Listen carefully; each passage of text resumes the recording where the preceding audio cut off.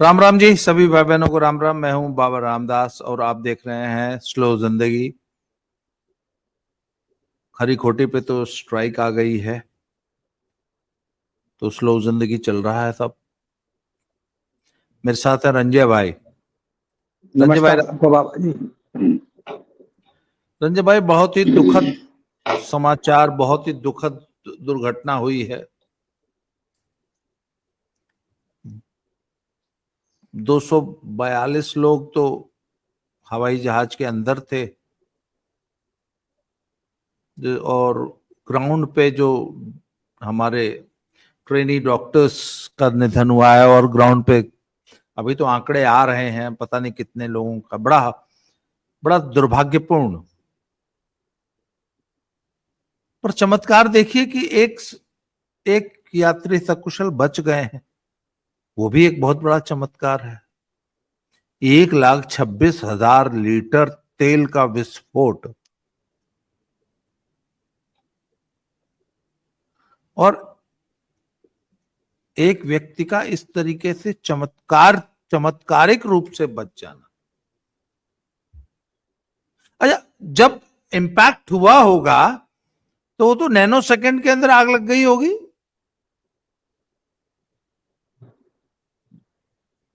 जी ऐसे आमतौर पर जब इतना बड़ा आग का गोला बनता है तो क्या टेम्परेचर चला जाता है?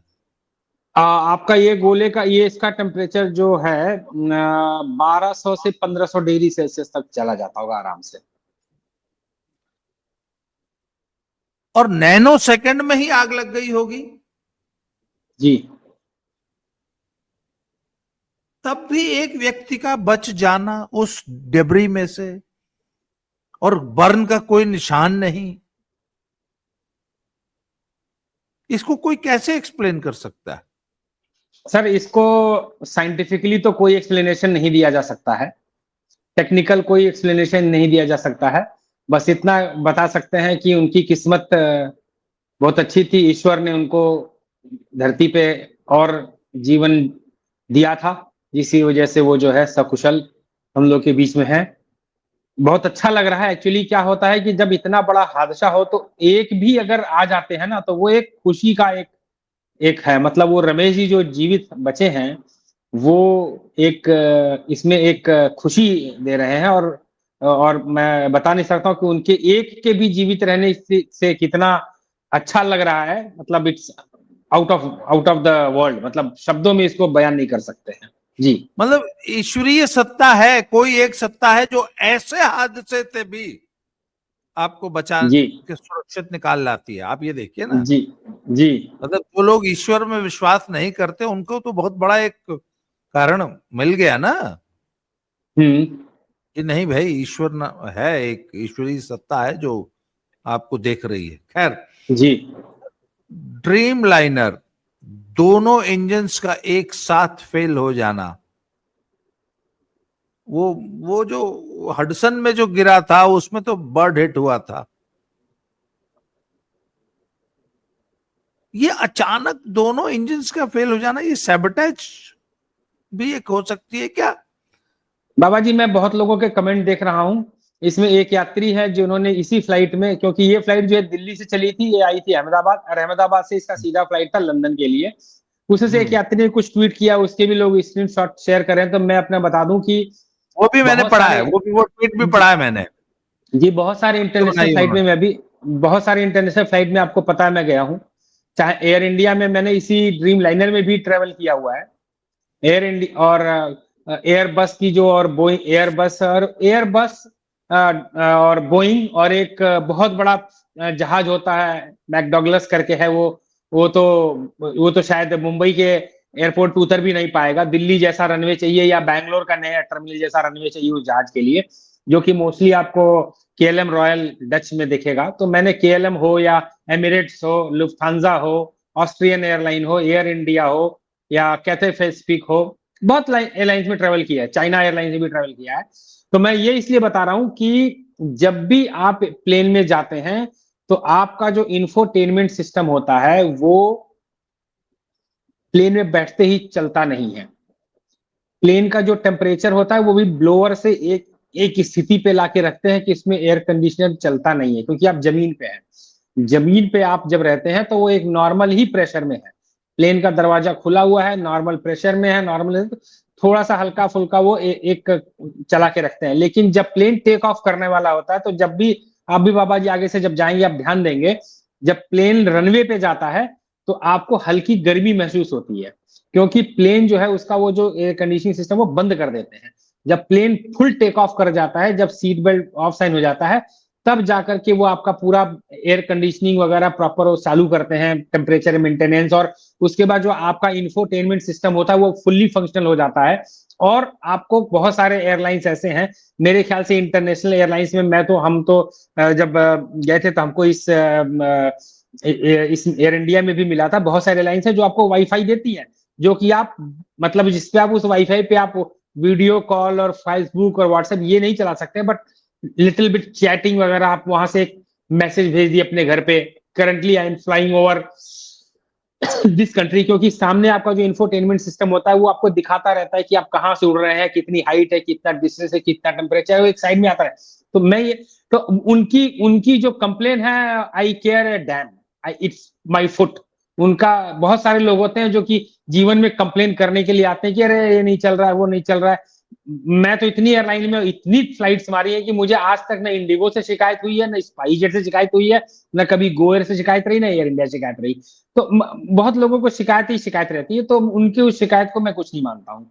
अब वापिस आते हैं यहाँ पे, देखिए क्या हुआ है कि जब भी ये फ्लाइट दिल्ली से अहमदाबाद आई होगी, अहमदाबाद रुकने के बाद में इसके सारे के सारा पैरामीटर्स चेक किए गए होंगे।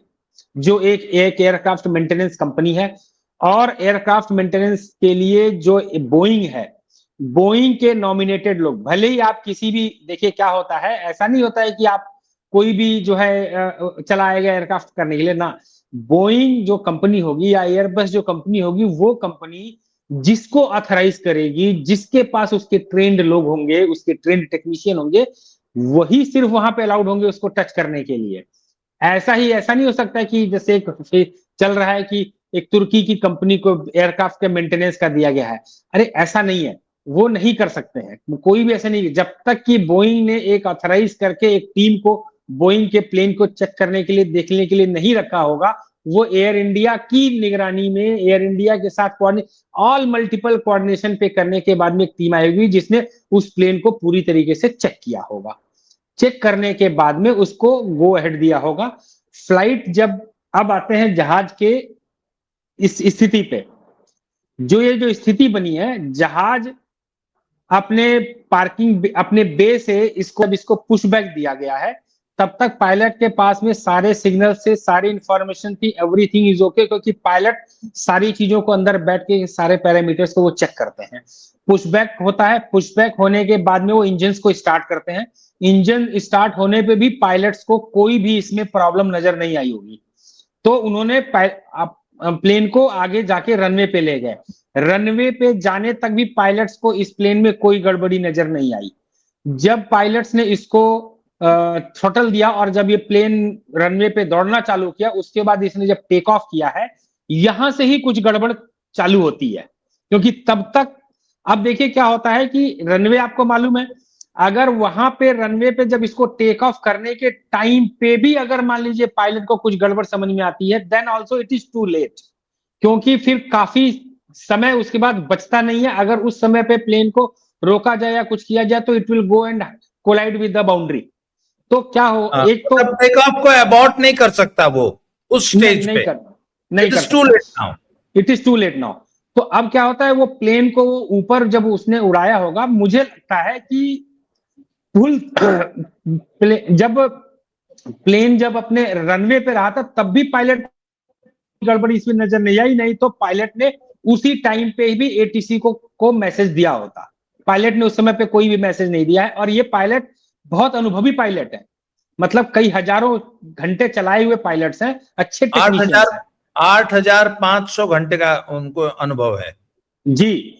तो अब जब ये प्लेन उड़ा होगा, और जब प्लेन उड़ने के टाइम पे मुझे लगता है कि कुछ बर्ड्स का झुंड आया होगा, और वो मेरी पहली थ्योरी है कि दो झुंड आए होंगे, जो कि इंजन की दोनों तरफ से टकराए होंगे और उन्होंने जाके इंजन के अंदर में बड़ी प्रॉब्लम क्रिएट कर दी।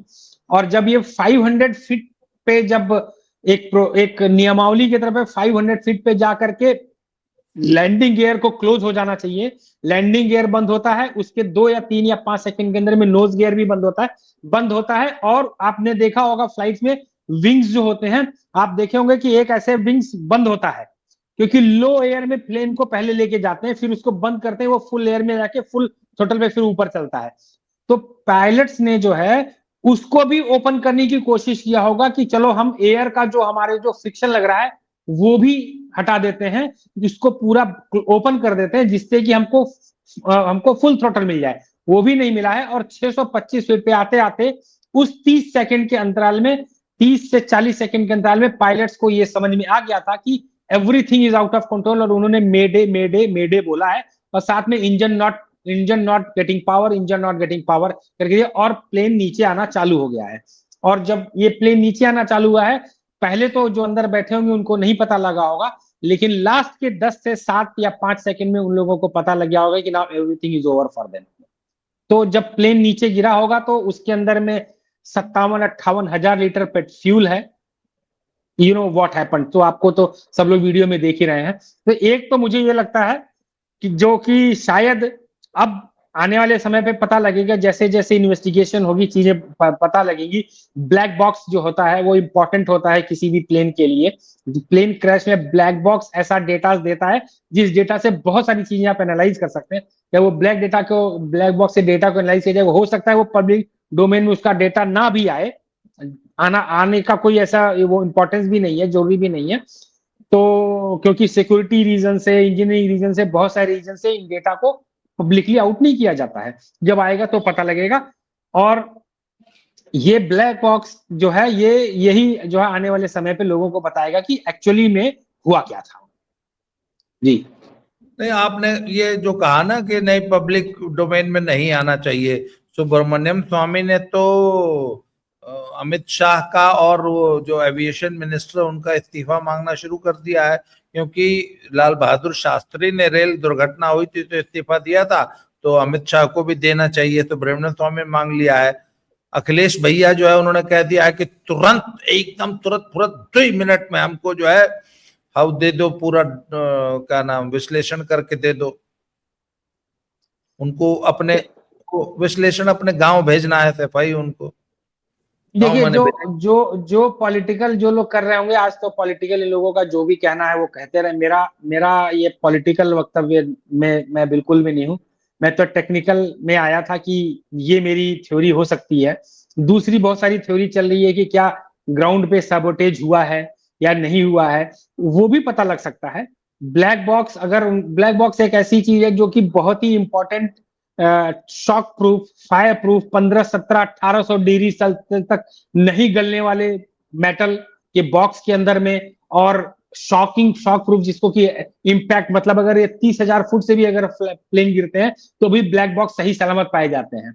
आपको याद होगा कि एक लुफ्थांसा की फ्लाइट थी जो माउंट ब्लैंक, मतलब जिसको माउंट ब्लां बोला जाता है, माउंट ब्लैंक, व्हाइट माउंटेन्स में जब वो गिरा था तो वहां पे भी ब्लैक बॉक्स सही सलामत मिल गया था।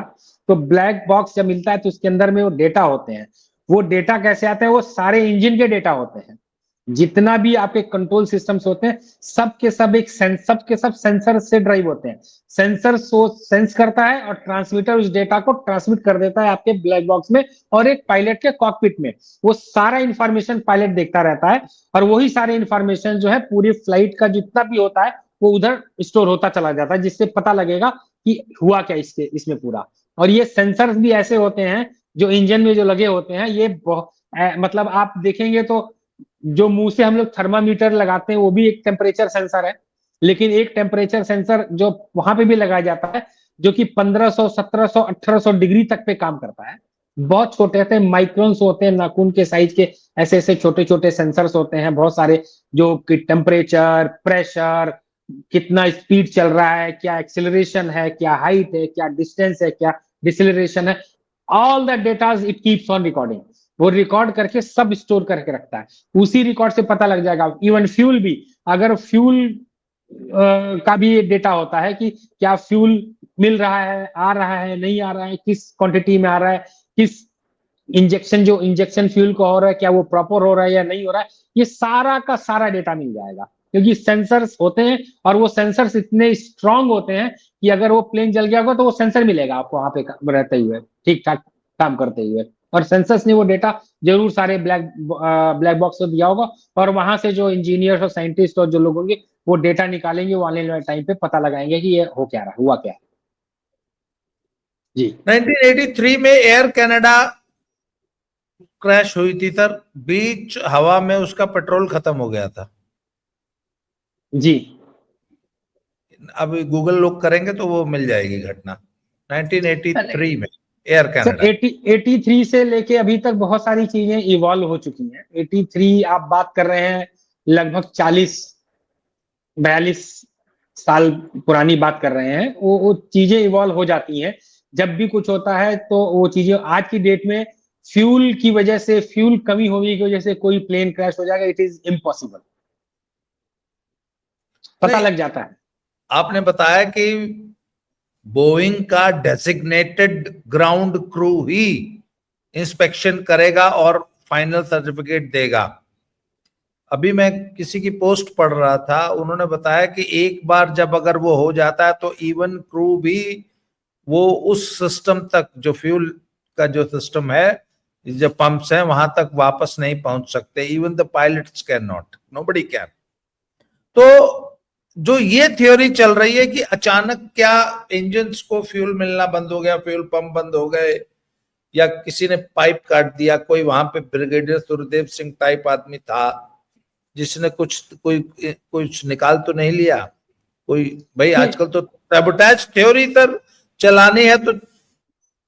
और गुजरात में हुआ है सर, अहमदाबाद में मोदी जी, रूपानी साहब बैठे थे, कॉन्स्पिरेसी थ्योरी। कांग्रेसियों ने एक नई थ्योरी चला दी, आपको पता चला होगा शायद, नहीं नहीं कि नहीं, नहीं रूपानी पता लगा। कि रूपानी जाके इंग्लैंड में खुलासा करने वाले थे मोदी के खिलाफ, तो मोदी ने जो है वो का नाम कौन कौन आईसी निकाल लिया पीछे से जाके, दौड़ते हवाई जहाज में से हाथ डाल के। देखिए देखिए, ये पॉलिटिकल जो चीजें हैं और ये जो जो चीजें हैं, इस पे मैं क्या बोलूं। आने वाले टाइम पे अगर इस टाइप के जो कमेंट अगर कांग्रेस दे रही है, तो आपको पता ही है कि पिछले इतने वर्षों से अपने अपने कमेंट की वजह से कांग्रेस किस हालत पे पहुंच रही है, कहाँ पहुंच रही है। That is a different issue. Technical issue यही है कि जो नहीं, सैबोटेज है, अगर अखिलेश भैया ने दुर्घटना के 40 मिनट के अंदर स्पष्टीकरण मांग लिया था कि जल्दी स्पष्टीकरण दो, हमको अपने गांव भेजना है।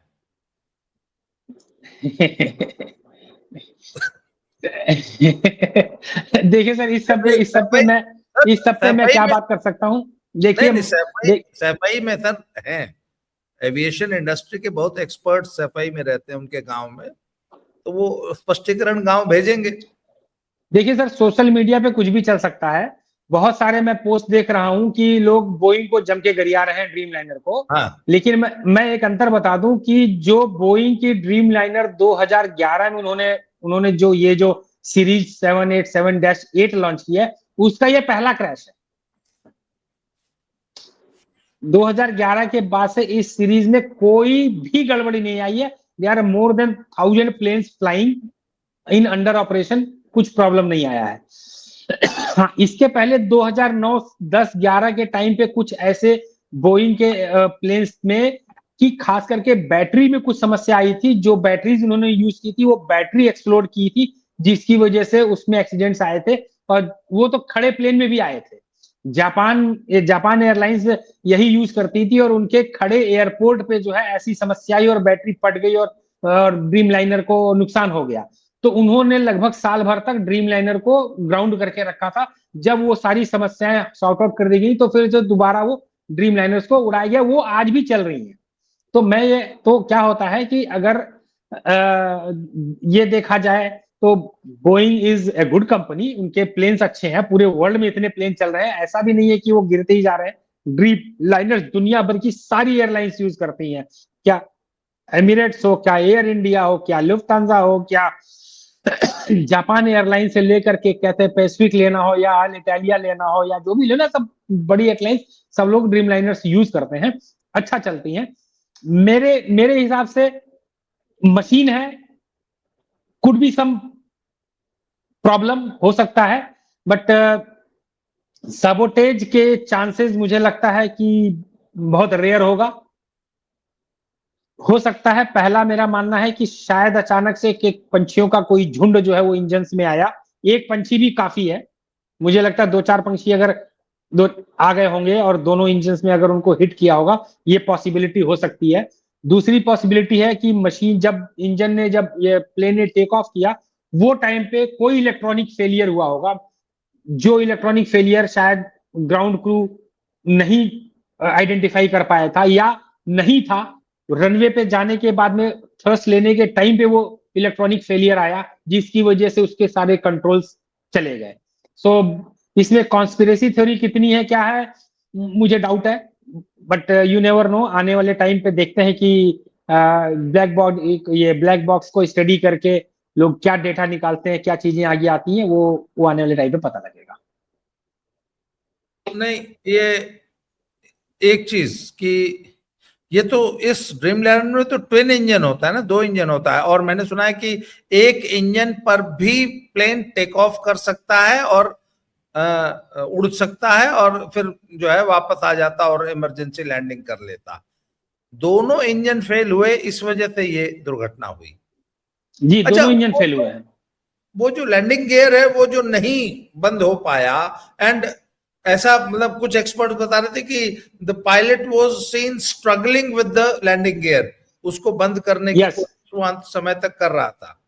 हाँ, वो देखिए क्या हुआ होगा कि जैसे वही बता रहे हैं कि जब प्लेन उड़ा है ना, तो उड़ने के बाद में उसको जब वो 500 फीट या कुछ चला गया है, तब वो प्रॉब्लम सी रियलाइज हुई है, तब वो प्रॉब्लम्स आई है। लैंडिंग गियर नहीं बंद होने का मतलब कि प्रॉब्लम्स आई है प्लेन में, और एक साथ अचानक से मल्टीपल प्रॉब्लम्स है। अगर मान लीजिए कि खाली लैंडिंग गियर ही ना बंद होता, अगर लैंडिंग गियर ही नहीं बंद हो रहा है, तब भी कोई प्रॉब्लम नहीं है।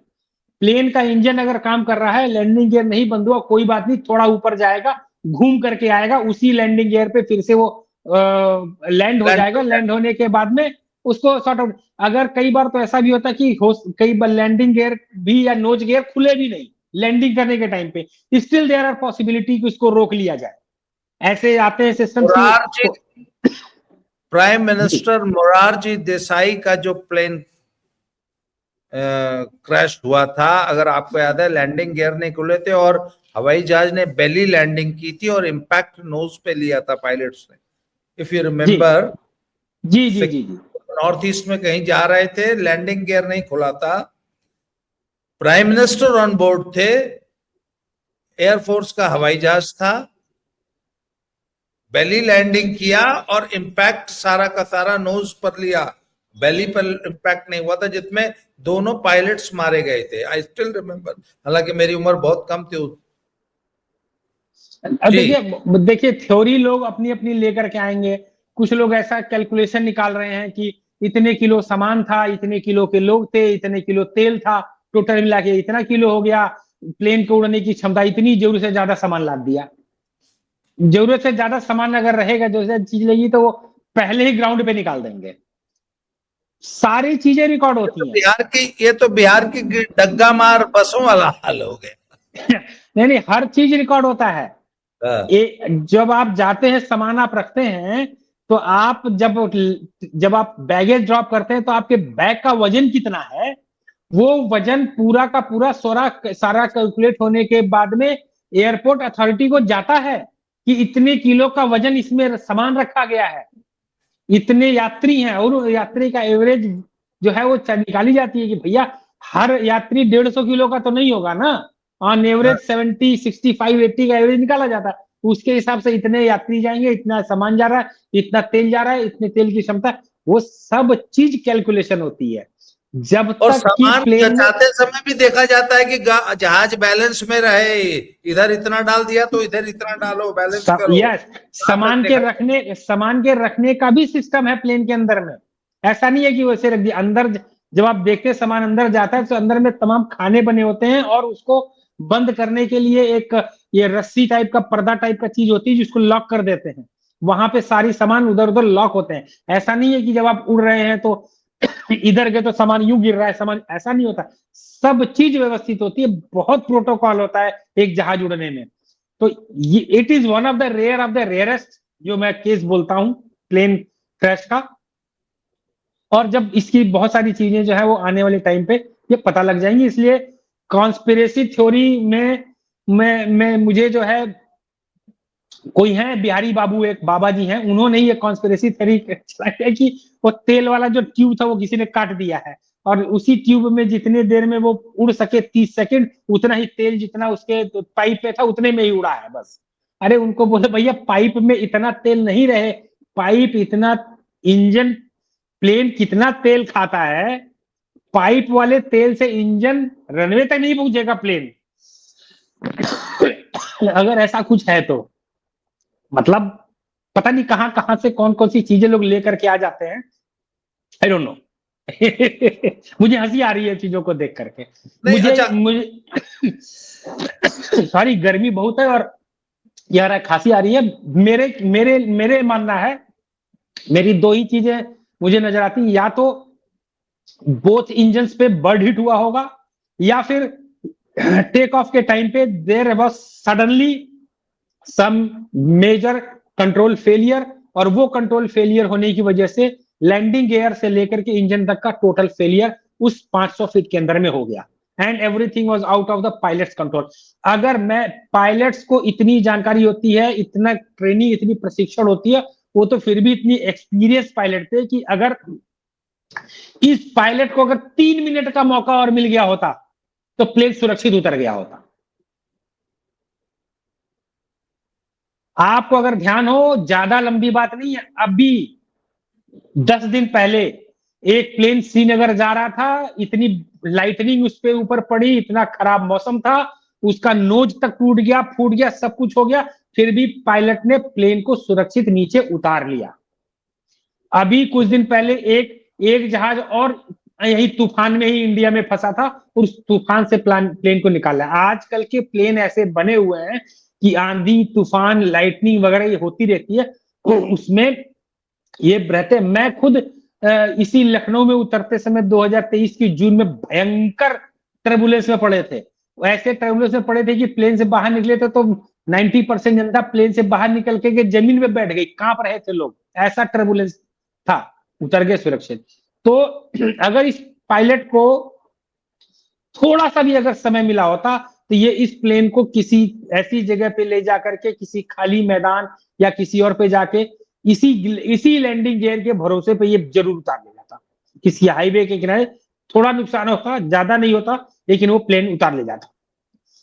हाँ, एक ने कहा कि अगर साबरमती तक भी पहुंच जाता तो हडसन वाली स्टोरी रिपीट हो जी जाती। जी, पर ग्लाइड कर सके क्या? इतनी हाइट गेन ही नहीं की थी जहाज ने, इतनी गेन ही नहीं किया था ग्लाइड कर सकने लायक। जी। अच्छा, एक आपने कहा कि लोग बोइंग को गरिया रहे हैं, साथ में टाटा को भी गरिया रहे हैं, एयर इंडिया को भी गरिया रहे हैं। हालांकि टाटा ने प्रति व्यक्ति 1 करोड़ रुपए का कंपनसेशन टाटा ने अनाउंस किया है। वो टाटा की, मतलब भाई, टाटा एक अलग किस्म की कंपनी है, पर कुछ लोगों को एयर इंडिया को गरियाने का मौका तो मिल ही गया और एयर इंडिया को बदनाम किया जा रहा है। तो आपको क्या लगता है कि ऐसी इतनी बड़ी कंपनियां क्या छोटे छोटे पैसे बचाने के लिए क्या अपनी इतनी बड़ी रेपुटेशन से खेलेंगी, या अपने पैसेंजर्स की जान से खेलेंगी? ये इन आरोपों में कितना दम है? देखिए सर, जो लौकी में सुई लगाते हैं, तरबूजे में सुई लगाते हैं और बकरे में सुई लगा देते हैं, गाय में सुई लगा के जो बिजनेस करते हैं, उनके अलावा अगर आप वो उनको छोड़ दीजिए, ये वो बिजनेस नहीं है। ये ऐसा बिजनेस है जो सिर्फ रेपुटेशन पे चलता है। और एयर इंडिया पे मैं भी बहुत ट्रेवल किया हूं, और जब टाटा के पास नहीं थी तब भी, जब टाटा के पास है तब भी, हर एयरलाइन में भी ट्रेवल किया है। जेट थी, किंगफिशर थी, क्या क्या थी। एक जमाने में आपको याद होगा, अगर पता हो तो, मोदी लुफ्त चला करती थी।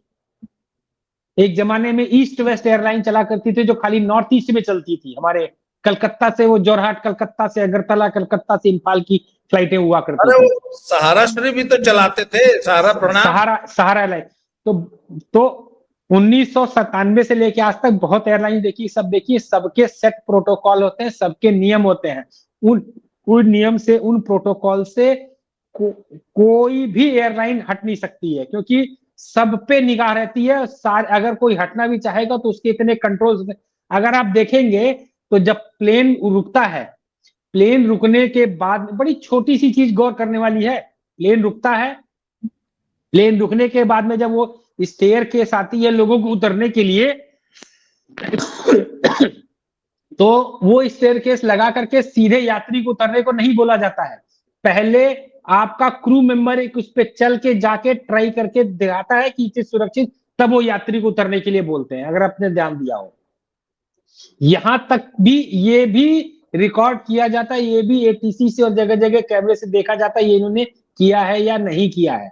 आपने देखा होगा कि प्लेन यात्री को तब उतारा जाता है जब इंजन भी बंद हो जाता है। प्लेन के इंजन बंद कर दिए जाते हैं, उसके किनारे सुरक्षा घेरा के गुटके लगा दिए जाते हैं। अभी अगली बार उतर के देखिएगा तो आपको 2 आदमी वहां खड़े दिखाई देंगे कि कोई यात्री इधर भटक के भी ना आए, क्योंकि ये सारे छोटे छोटे प्रोटोकॉल है जिसको मानना पड़ेगा। आप कई बार देखते होंगे, आप जहां उतरे हैं उससे उतरने के सड़क क्रॉस करते ही आपका एयरपोर्ट में एंट्री गेट है, लेकिन ये बस में बिठा करके सेट रास्ते से ही घुमा करके 1 किलोमीटर घुमा करके गेट, सड़क उस पार गेट उतारते हैं। ये सारी नियमावलियां हैं, इस नियमावलियां को मानना पड़ता है। जो नहीं मानेगा वो एयरलाइन नहीं फ्लाई कर पाएगी।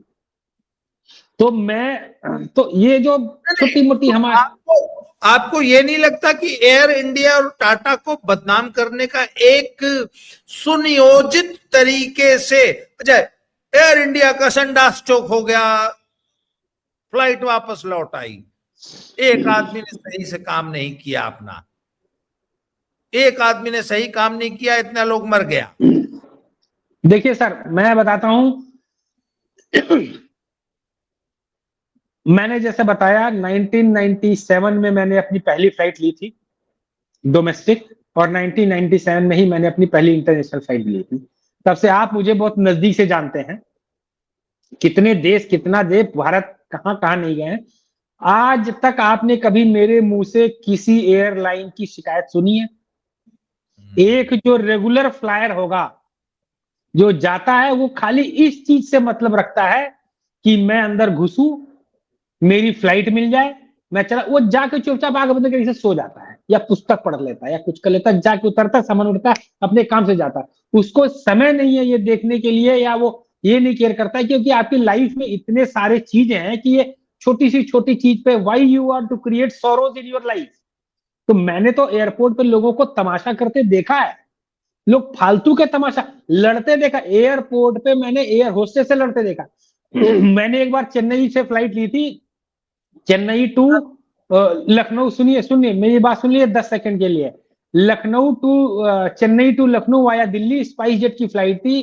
There was some technical snag, 4 घंटे फ्लाइट लेट हुई थी, फ्लाइट उड़ चुकी। उड़ने के बाद में एक बंदा एयर होस्टेस से लड़ रहा था फ्लाइट लेट को लेकर के।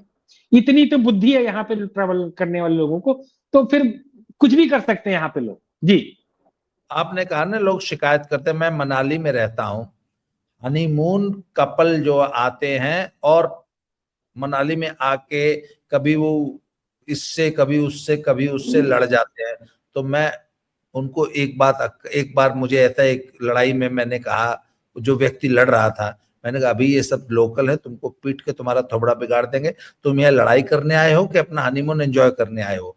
बिहार अपना यूपी साइड का था लड़का सर। तो सर जिसको शिकायत जो पैदा ही शिकायत करने के लिए हुआ है, वो तो हर चीज में वहां भी जाके अपने हनीमून पे जो है मतलब लोकल टूरिस्ट से या उससे लोकल गाइड से लड़ रहा है। नहीं बहुत लोग मिलते हैं, छुट्टी मनाने गया। जी जी। तो चलिए, हम तो देखते हैं लोगों को लाइन में खड़े होने की तमीज नहीं है, लोग लाइन में नहीं खड़े होते हैं, लोग मतलब बहुत सारी चीजें हैं। तो इस पे क्या डिस्कस नहीं है, आज का जो है मामला, इसमें कुछ दिनों में क्लियर हो ही जाएगा। आइदर इट इज ये एक बड़ा टेक्निकल फेलियर है, और वो टेक्निकल फेलियर किसी भी कारण से आ सकता है। मुझे इसके अंदर में कोई भी ग्राउंड सबोटेज या ये सैबोटेज मुझे तो दिखता नहीं है। ये एक बड़ा टेक्निकल फेलियर है, और वो टेक्निकल फेलियर जो है मेरे ख्याल से ये पॉसिबल हो सकता है कि जब प्लेन को चेक किया जा रहा था तो कुछ बड़ी चीज लोगों ने वहां पे मिस कर दिया होगा। खैर चलिए, इसका भी ब्लैक बॉक्स तो मिल ही जाएगा। और आमतौर पे एविएशन इंडस्ट्री में एविएशन वो डिस्कवरी नहीं, नेशनल ज्योग्राफिक चैनल पे तो एक प्रोग्राम ही आता है जिसमें दुनिया भर की जितनी भी दुर्घटनाएं हुई हैं उनकी इन्वेस्टिगेशन, और बड़ी वो तो एक एक पुर्जा वहां से उठाया जाएगा और उसकी जांच होगी और क्या होगा, कारण तो पता लगाएगी। ये एविएशन इंडस्ट्री तो अपनी गलतियों से सीखने में विश्वास करती है, और ब्लैक बॉक्स भी मिल ही जाएगा। तो सब है, पर चलिए एक दुखद दुर्घटना तो हुई ही। जी। तो और कॉन्स्पिरेसी थ्योरी चलाने वालों की तो चांदी हो ही गई है। उनको तो कॉन्स्पिरेसी थ्योरी चलाने के लिए और कुछ लोगों को टारगेट करने का मौका मिल गया। रंजय भाई, आपने समय दिया सर, इसके लिए बहुत बहुत धन्यवाद। रंजय भाई ने इस पे बहुत शानदार पोस्टें लिखी आज फेसबुक पे, तो वो पोस्टें पढ़ के मैंने फिर रंजय भाई से कांटेक्ट किया कि आइए इस पे जरा चर्चा कर ली जाए। सर बहुत बहुत धन्यवाद, आपने समय दिया। दोबारा मिलते हैं। धन्यवाद, नमस्कार। तब तक के लिए जय श्री राम, हर हर महादेव। जय श्री राम, हर हर महादेव।